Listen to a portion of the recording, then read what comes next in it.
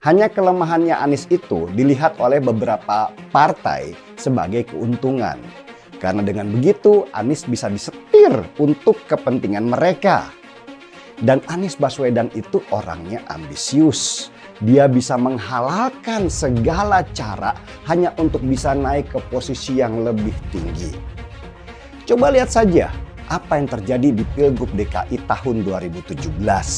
Ketika Anies Baswedan benar-benar menikmati hasil dari politik identitas yang sangat berbahaya untuk kesatuan Republik Indonesia.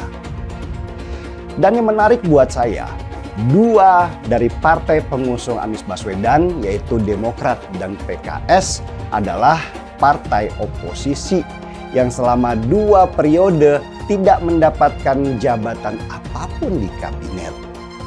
Jadi bisa dibilang dalam sisi finansial itu mereka sedang kekeringan. Semua partai ingin menang karena di sanalah mereka bisa bertahan. Gegara Anies Nasdem babak belur, Rocky Gerung sebut PDIP juga harus siap diikuti. Pengamat politik Rocky Gerung menyebut PDI Perjuangan harus siap dikuliti seperti yang terjadi pada Partai Nasdem. Hal tersebut diungkap imbas pemeriksaan terhadap menteri dari Nasdem, yaitu Menteri Pertanian Syahrul Yassin Limpo oleh Komisi Pemberantasan Korupsi. Di waktu yang berdekatan, direktur dari perusahaan milik suami Puan Maharani juga ditetapkan sebagai tersangka dalam kasus pengadaan infrastruktur base transfer station. Sosok yang dimaksud adalah Direktur Utama PT Basis Utama Prima Muhammad Yuriski. Perusahaan tersebut disebut milik Hapsoro Sukmohod Hadi alias Happy Hapsoro, suami Ketua DPR Puan Maharani. Menanggapi 2 kasus hukum yang berbau politis tersebut, Rocky menyebut baik Syahrul Yassin Limpo dan Happy Hapsoro berada di dalam radar yang berpotensi mengakibatkan kekacauan politik. Ia menilai Anies Baswedan berpotensi ditinggalkan oleh Partai Nasdem seusai diusung menjadi calon presiden. Pertemuan antara Ketua Umum Partai Nasdem Surya Paloh dan Presiden Joko Widodo ini bersamaan dengan adanya pertemuan elit Gerindra dan juga PKB di Sekretariat Bersama.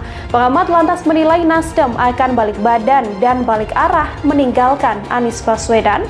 Ujang mengatakan selama ini memang sangat terlihat bagaimana respons buruk dari Presiden Joko Widodo seusai Nasdem mendeklarasikan dukungan pada Anies Baswedan.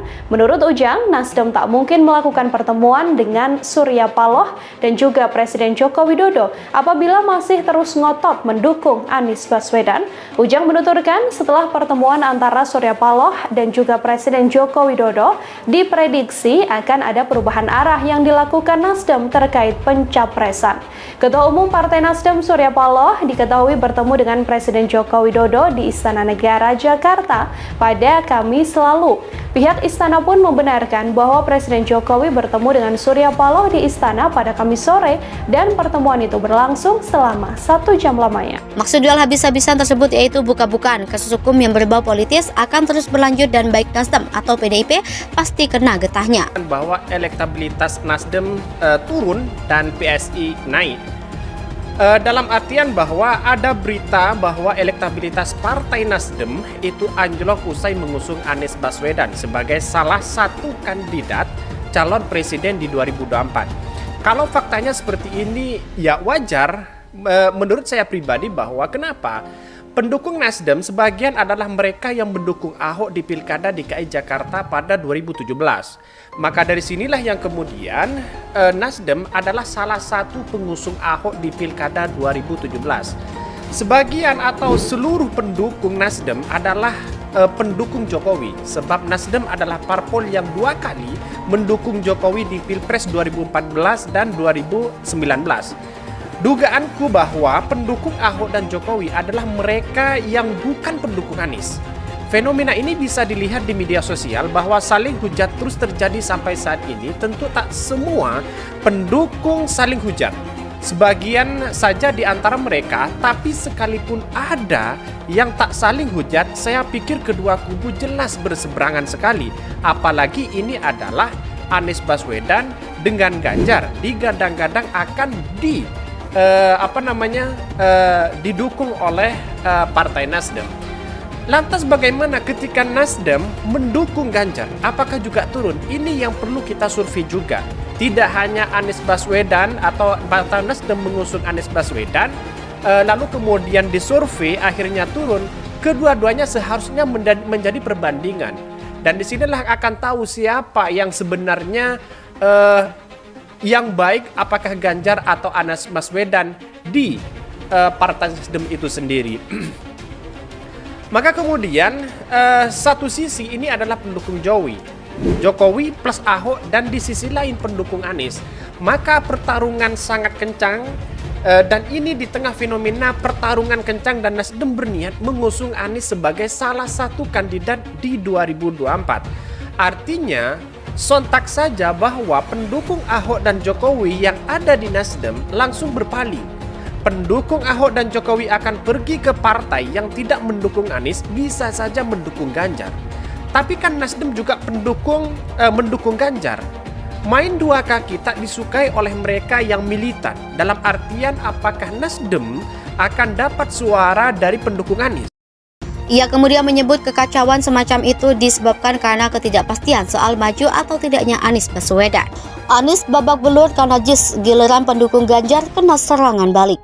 Beberapa waktu lalu Ketua Umum PSSI Erick Thohir bersama Menteri Pekerjaan Umum dan Perumahan Rakyat RI Basuki Hadimuljono, Menteri Pemuda dan Olahraga RI Dito Aryo Tejo, hingga penjabat Gubernur DKI Jakarta Heru Budiartono melihat langsung kondisi terkini Jakarta International Stadium. Erick Thohir ingin mengajukan JIS ke FIFA untuk menjadi satu dari 8 venue Piala Dunia U17 di Indonesia pada 10 November sampai 2 Desember 2023. Namun stadion senilai 4,5 triliun rupiah itu masih membutuhkan beberapa renovasi. Pemerintah berencana untuk mengganti rumput JIS yang kemungkinan memakan anggaran sebesar 6 miliar rupiah. Selain itu, pintu bar stadion juga bakal dibongkar sebagai akses bus tim. Segala kekurangan JIS pun ramai jadi buah bibir. Sebagai pejabat kala itu yang memprakarsai dan meresmikan JIS jadi bahan olok-olokan publik. Pendiri Network Hasan Hasbi menyayangkan hal tersebut. Seharusnya, kata dia, publik mengucapkan terima kasih kepada Anies Baswedan karena telah berhasil merealisasikan pembangunan JIS dan secara tidak langsung membantu penyelenggaraan Piala Dunia U17. Hasan menambahkan, pihak-pihak pendukung politik tertentu yang kontra ke Anies sejatinya telah diselimuti oleh kabut kebencian yang berlebihan. Menurutnya, JIS hanya butuh sedikit sentuhan perbaikan, bukan justru menjelekkan pihak yang dianggap berseberangan, termasuk kepada pendukung Ganjar. Seharusnya berterima kasih kepada Anies. Ia menilai Anies telah berjasa menyiapkan stadion megah dan modern dengan segala fasilitas yang mumpuni sehingga bisa dimanfaatkan untuk venue pertandingan Piala Dunia U17. Hasan melanjutkan, Anies sangat berbeda dengan Ganjar yang justru menggagalkan Piala Dunia U20 2023 di Indonesia.